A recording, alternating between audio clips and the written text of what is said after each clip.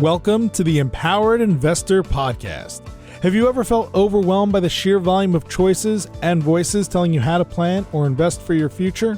With his straightforward approach, host Keith Matthews of Toulette Matthews & Associates cuts through the noise to help you create a winning action plan for you and your family. The decision-making framework discussed in this show can transform you and your investment experiences and will increase your odds of becoming financially secure. Learn more and subscribe today at tma-invest.com. Welcome to the Empowered Investor Podcast. I'm joined today by my co-host, Lawrence Greenberg. Lawrence, how are you? I'm very happy to be here. Always good to be on the show. You just came back from your month trip vacation, your honeymoon. So tell me more about that. Yeah, so it was a wonderful experience. We actually got married last year in the summer, did our honeymoon a little later the following summer. So we went to Thailand and Vietnam for about a month. Really cool experience. It was my first time in Asia. So we had an awesome time, beautiful place. Happy to be back. The office is rolling. We just did our office renos. Right. We have some new young faces in the office as well. So it's a pretty exciting time in the office here as well. Yeah, absolutely. I like that it was also like a cherry on top of the cake, like you finishing off your CFA and you get off to do the trip. I'm sure that felt good. It felt very good. Big year. Yeah. Okay. This highlight of my summer was I saw the movie Oppenheimer. I'm a bit late, but it is a fascinating movie. Have you seen it? Oh, it's very good. What did you think? I thought it was a really good movie, worth seeing in theaters, very visual. I thought the effects were incredible, acting. A very fun summer for movies. Well, Barbie is the other one competing, but I haven't seen Barbie yet. You know, I'm quite surprised. You kind of struck me as a Barbie guy, Marcelo. I'll take that as a compliment, Lawrence. All right. So what's fascinating about the movie is that it's a fascinating story. His life is just amazing, and the way the whole Manhattan Project unfolded. Actually, the movie is based on a book called American Prometheus, which I ordered the book. I'm going to read it because it's a fascinating story. But what struck me in the movie is that sometimes the truth is not as important as the narrative. And sometimes the best story wins. And I think that's super relevant for what we're going to talk about today, which are behavioral biases. It's also a nice follow-up of the last episode we did on the psychology of money. So let's break them down. We're going to do a little bit what we did last week. In the last show, we're going to do a breakdown of what we think are the most important ones. And today we're going to talk about behavioral biases. So tell me what they are. So a behavioral bias is an effect that any investor could have on the emotional side or the cognitive side that may affect their decision-making and their investment decisions. This is a big new field in psychology and in academia. I was first exposed to it during my undergrad at Concordia. There was a behavioral finance class that was offered. It was brand new at the time. I saw it again in my CFA studies, and it's really interesting. So behavioral finance and behavioral economics, lots of good research going into how the brain operates, how it affects human beings when it comes to making good decisions with risk, with gambling and probabilities, all these things that the human brain is not quite hardwired to handle. I remember I studied economics in my undergrad at Concordia, and I remember all the economic models, macro, micro economics, they're all based on the assumption that the consumer, the person, the agent is 100% rational, that we make rational choices. And then guys like Richard Thaler, Amos Tversky, and Daniel Kahneman, they flip the script and they said, no, there's a lot of behavioral issues with this theory. And they founded the field of behavioral finance, behavioral biases. There's a great book about that actually called Misbehaving by Richard Thaler. I highly recommend it if you're more interested on the background of behavioral economics, behavioral finance. It's a super good read. We're talking about biases here, behavioral biases. Why are we discussing this in terms of how relevant it is for investors? Yeah, so it's a big topic. So human beings, again, it's difficult to separate the emotions from what's purely rational. There's lots of roadblocks out there, depending on the person you are and all that, more so than others. But we have to be aware of how these behavioral biases affect you and how it may affect your finances. 100%. Okay, so we talked about this a little bit now, but are people wired to be rational investors? Are we wired to be good investors? No, so our brain is hardwired for fight or flight. It's for survival. So this new thing where we're balancing risk in a tangible way, I guess, not out in nature. It's not ingrained. So we have to train ourselves and be aware of these things to create better outcomes for ourselves. I like history. And this made me think of when we were doing the research for this podcast, it really made me think hard about why is it that we're not wired to do this, right? And you think about rationality, the idea of the scientific method, the idea that we have control over our emotions or even our own destiny. It's only like 600 years old. It's a blip in that history. Like you said, fight or flight, when you were a hunter and gatherer and completely tribal, you had to move with the crowd. It's survivorship. It's not sit down and being rational. So I think that's where this idea that we're not wired to be good investors, I think it's an evolutionary thing. Totally. All right. There is a big distinction, though. Some biases are emotional, some others are cognitive. So break that down for me, because I think that's important. Yeah, so this might get a bit jargony, but the idea here is there's about 20 or 25 popular biases that are found by the Thaler's and the Kahnemans in their academic research. They're broken down into two buckets. One is cognitive. So cognitive is more on reasoning and rationality. And the other is emotional, which really deals with feelings and impulses. So the emotions of it. So cognitive is trickier because it may disguise itself, and even professionals may fall victim to these types of things. Oh, yeah. So they're a little less prevalent, and we're going to focus a little bit more on the cognitive biases because the emotional ones are a little bit more, I think, obvious. What's interesting is, I think you said it best, because even smart people and geniuses have fallen for these biases. And nobody's exempt. And that's because, again, we're wired not to have this process of thinking. So everybody can fall for them. Let's start breaking them down. The first one we pin down here is loss aversion. So break that down for me. What is it? And then we're going to go through some examples. Yeah. So loss aversion is a big one. Loss aversion would be making decisions based on avoiding losses more so than achieving gains of an equal proportions. A little wordy. What that really means is the pain from being down 20% in the markets will be relatively more than an equal gain of 20%. So the pain hurts more than the possible upside. So I bought Peloton during the pandemic. Totally sucked. It's down 40%, and now I don't want to sell. Yeah, exactly. And what a tangible example would be is if you hold a security, it's down 40%. The outlook of that stock has now changed. A prudent decision may be to sell that stock at a loss and move into better opportunities. But if you're suffering from loss aversion, the pain of feeling a loss is too great, you may hold on to it and it may sink another 40, 50%, which in Peloton's case, it did, right? You're down to 90% now from the peak. That's a tangible example of the pain of loss is hurting more. And there could be times to sell at a loss, and it's a prudent decision. So there's better opportunities. Tax loss harvesting, for example. Yeah, I could see a situation. We have a rules-based process here. I mean, we don't encounter this type of situation, but we do know there's people who do DIY, do-it-yourself investing, and like to play with some stocks here and there. And I could see how this could affect a lot of people, because some stocks, they're going to tank and they're not going to come back. And even the good ones, think about Microsoft. Microsoft, after the dot-com bubble, came down, and it took 14 years to go to what it was before the crash in 2000. So exactly. How many people have the patience to stay 14 years in a stock? It's a tough one. So what can we do about this? What can investors do to avoid this type of bias? Yeah, so what's true for all these biases is the first thing is awareness. You may fall victim to this. Being aware that that's not necessarily the most rational thing is have this fear. Investing is a game of probabilities. You can't win 100% of the time.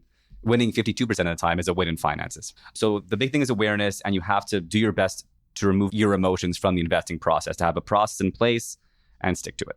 Yeah, I like the awareness part. You know, I grew up with a religious background. I went to Catholic school, and I remember that the idea that feeling pain and knowing pain is completely different. That's what the Jesuits used to say. And I think when you're aware of the bias and you're going through this exact situation, it makes for a much better outcome. 100%. Yeah, absolutely.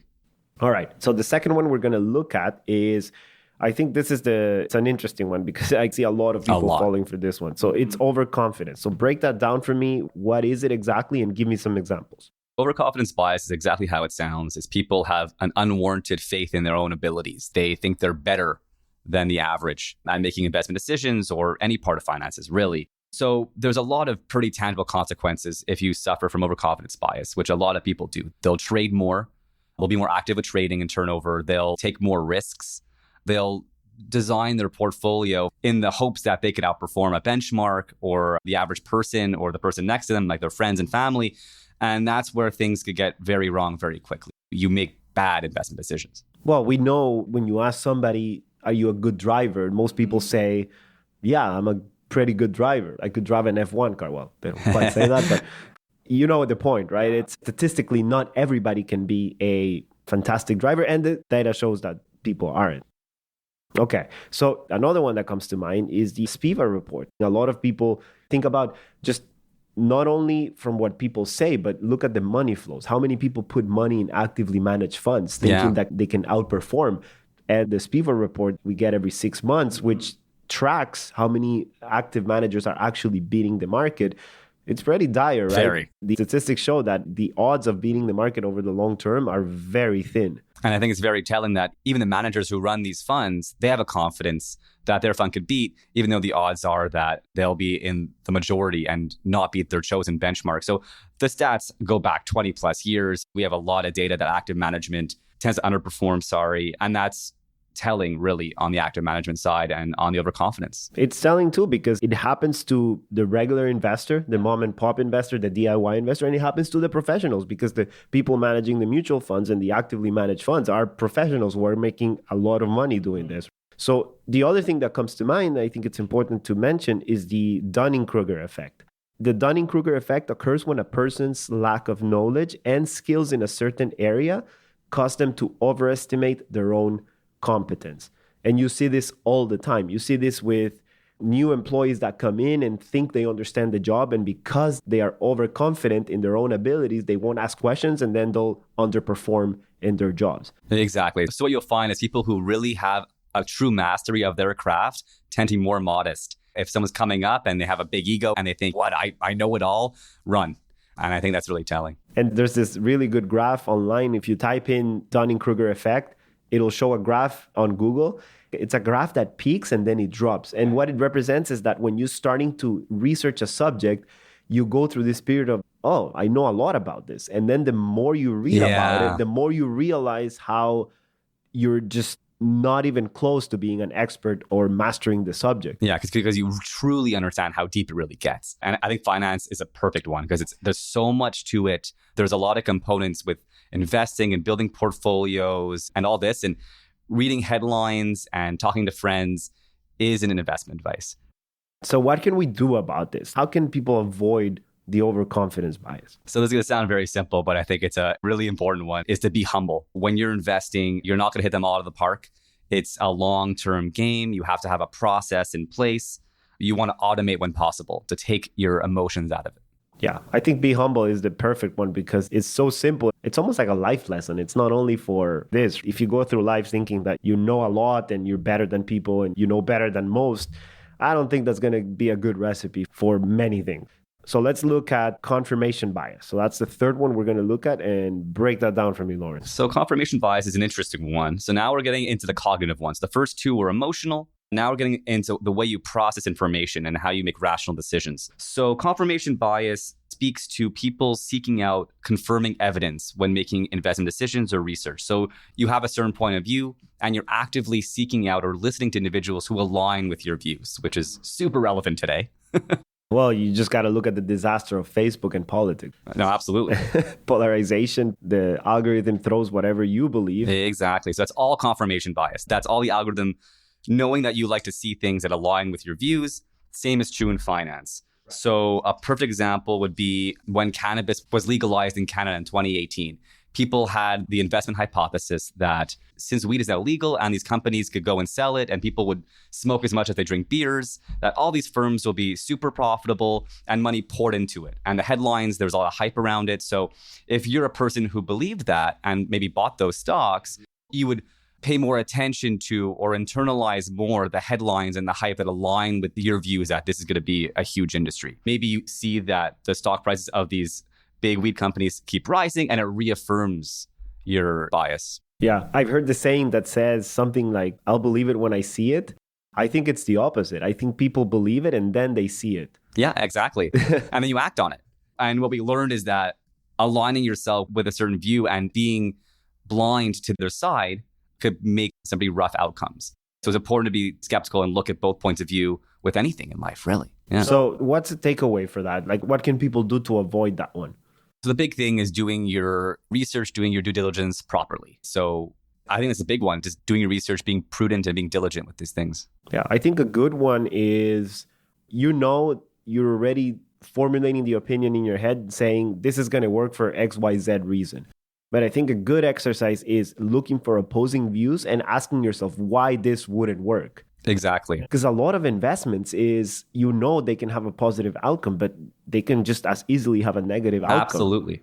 Okay, I like that. That's a good segue for the next one, actually. Absolutely, yeah. Which is herd and behavior, because I think the two overlap a little bit. So break that down for me, what it is, and give me some examples. Yeah, so this is an interesting one because we see this all the time. So herding mentality is the idea that people will follow the crowd and that the crowds know best. So the majority knows best. And what that leads to is following the crowds when there's hype. That comes into play a lot with bubbles.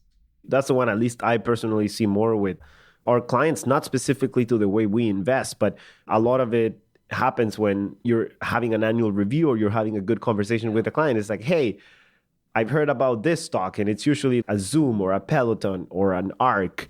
And they'll be like, hey, maybe I should put some money into it. And it's usually their brother-in-law or their friends. Yeah. Or a tweet, who knows? Yeah, that they've heard about it and now they want. We were discussing this yesterday, and it's true. I think it's an infuriating thing for any human being to know that somebody else is getting rich while you're sitting on the sidelines. Absolutely.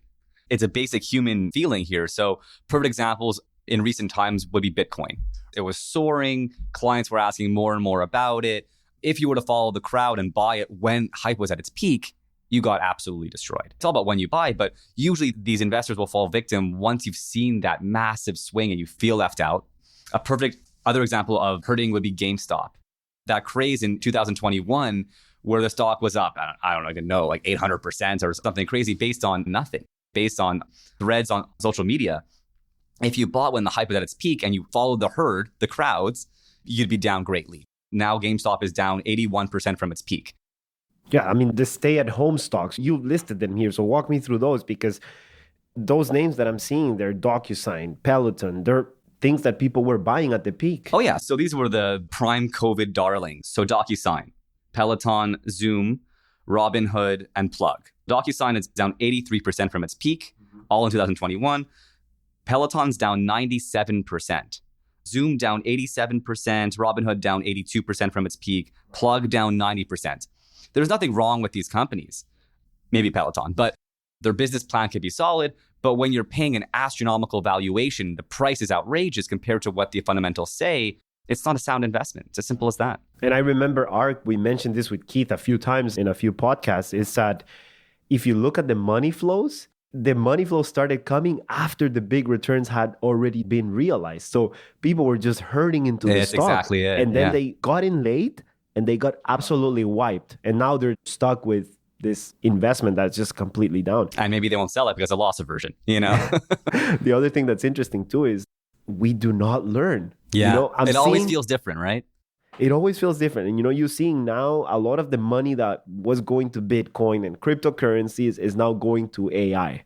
You're going to see the same thing happens, because I think that what we have trouble separating is the fact that AI as a whole is revolutionary. Totally. But we don't know which firms are going to be the winners. And not specifically the firms doing AI, but how is the whole economy going to benefit at large from that? So even the smallest firms who adopt AI will boom. But we don't know which ones. And the money's just like flowing nonstop. And we've seen this before. So in 2000, 2001, it was a .com craze. There were thousands of securities, pets.com, but for every pets.com, there was a Microsoft. But it was not obvious then who the winners will be. We knew the internet was revolutionary. It's going to be huge. And also the price you're paying for those securities matters as well. It's just because AI is going to be a big part of life and work, it does not mean that these individual stocks now are all sound investments. What's the takeaway? So a takeaway for this one would be very clearly having an investment philosophy. This will help keep you away from the noise, from the hype, and the herding into these kind of bubble-esque types of securities. So stay the course, have an investment philosophy, and most importantly, you got to stick to it. 100%. I think once you have your investment philosophy, that's your North Star, that will prevent you from a lot of problems. All right. Mental accounting. It's a good one. I like that one. So mental accounting is a big one in investing, but also personal finance as a whole.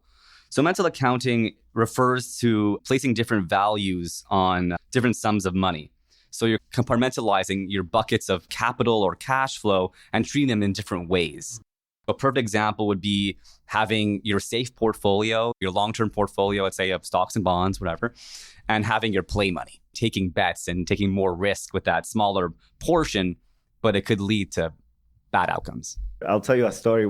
We were in a casino once with a few friends for a bachelor party. And this friend particularly wasn't going through a good financial situation. And he sticks a coin, makes $700 out of the blue. And then he's like, let's blow it all out. Spend it all or gamble it all. Even though you're now $700 richer, maybe you could save it or pay off some debt or whatever. I think that's the best example. But I think also this is one that I see a lot with clients. So the first example is we work with a few young doctors here at the company. And sometimes I see young doctors that say to me, they'll have a great income, career prospects, security. It's a safe industry. They'll never starve. They'll be okay. And they come to me and they say something like, oh, it feels so bad to have such a big debt. But at the same time, they're starting to accumulate and we're building a plan for them. And I always tell them, look, you're doing mental accounting. You're just looking at one aspect of the financial situation. Once I break down the big picture for them and how things will look in 5 years after we implement the plan, their eyes light up. And we go back to the idea of being rational versus doing something that's reasonable. Sometimes the mental accounting, I think I fall for it. Everybody falls for it because we tend to, again, it's related to how losses are more painful than the wins. People tend to look at and focus on the negatives and focus on that specific thing and not look at the big picture. What's the takeaway here? What's the antidote? So before I jump there, I just want to mention, because I see this all the time with clients and with some peers of mine, is treating some money you get differently. So for example, a tax refund or a bonus, they see that as gravy on top. Even though that's your total income or that's cash flow coming in, that should be considered a part of your whole plan. So what I'll see is people get a bonus and they spend it all. They go on a big trip. Even though that's just income, you should treat that the same way you would your regular paycheck and ideally save at least a portion of it.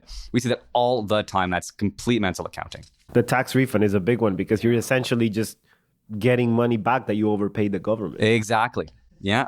You're pretty much giving the government an interest-free loan, and then you're getting it back at the end of the year, and then you're taking that and spending it. Very well put. And people don't see it that way. They get that check in April, May, and they spend it. I've fallen for that, so not ideal. So what's the takeaway here? What's the antidote? How can we get rid of this bias? Yeah. So for this one, you want to look at the big picture. Treat your entire income or cash flow as one big whole and your portfolio as well. So look at everything more holistically. Yes, I like that because it's how everything comes together and not just one thing. You go back to the story with the doctors. It's not just about the debt. It's about the big picture. Where are you going to be long term and how everything fits together? Kind of like not looking at the trees, but looking at the forest. All right. So we have a few other biases that we're not going to spend too much time, but we think are also important. So walk me through some of them, and then we're going to wrap up the episode. Yeah. So there's a couple more. There's dozens of them. So we're picking the ones we think are the most interesting and we've seen more present with investors and clients even. So the first one is representative bias or recency bias. That means you tend to classify new information based on recent experiences. Why don't you give me a perfect example of what that may look like? I think a great example for that one is post the great financial crisis of 2008. For years after any dip that we would have, like 2011 was one of them, because we had that recent experience, people would panic and think, oh my God, we're going to go through the same problem. Let's just sell everything. Even now with the pandemic, we may feel that every time we hear somebody coughing, we're like, oh my God, here we go again. We're going to go through another pandemic. So exactly. I think that's what it is. Perfect. So that's a big one, is you have to make sure that you look at things objectively and you don't have recent events dictate, because it always feel like something different, but that's super important. Another very interesting one we see all the time with clients is endowment bias. People tend to overvalue what they personally own. So perfect examples would be if you hold a certain stock and you hold it for a long time, you think it's worth more than what maybe the market actually says it's worth. Correct. Like homes, best example. Yeah. You see, my neighbor now, it's been a year and a half that he's trying to sell his house in this market. And I'm like, that's the endowment effect right there. You think your house is worth more than the market is willing to pay for it. Yeah, because you own it and it skews the way you look at things. Super important. Homes is a perfect example. Another interesting one is the illusion of control bias. People tend to believe they have more control over investment outcomes. As we know, investing is a game of probabilities. No one knows what the markets will be in a year or 6 months or tomorrow. I think a good example of that is people freak out over airplanes. I know I do. Every time the airplane moves, I can't sleep in a plane. And it's like I freak out. But it's a totally irrational fear because people feel more like there's less statistical chances of dying in an airplane crash. Dying in a car accident, you have higher probabilities. Way higher probabilities. Yeah. But you feel in control because you're holding that wheel. In the plane, you're a passenger and you're in the air and it moves. In the car, doesn't move that much. You hold the wheel, you have the illusion of control, you feel it's safer. But the statistics show it's actually the opposite. Exactly. You have way more chances of dying in a car crash than in an airplane. Perfect example. I like that one a lot. So last one, hindsight bias. People thinking that things have been more predictable after the fact. So it's hindsight. Perfect example would be the 2001 bubble. After the fact, like, pets.com, like it was never really viable. All these .com stocks and the valuations people were paying for them were so outrageous in hindsight. But at the time, you couldn't go anywhere without hearing about all these companies going public and all these opportunities, and everyone's making a lot of money around you and so on. I hear this a lot about the pandemic. It's like, it was so obvious. Society's becoming more dense and we're living closer to many animals and it was just a matter of time. I'm surprised it happened. It took so long to happen. So you hear that a lot. And that's exactly what it is. It's hindsight bias. It's thinking that it's so obvious when in reality, it didn't feel obvious. It's not. Let's wrap up here. I think we've covered a lot of the good ones with some good thoughts and antidotes on how to avoid them. But what are your final thoughts? Any takeaways? Anything you recommend? Yeah, so this is all about managing your emotions. So we ran through some examples and some definitions of all these different ways that your brain could get in the way a little bit here.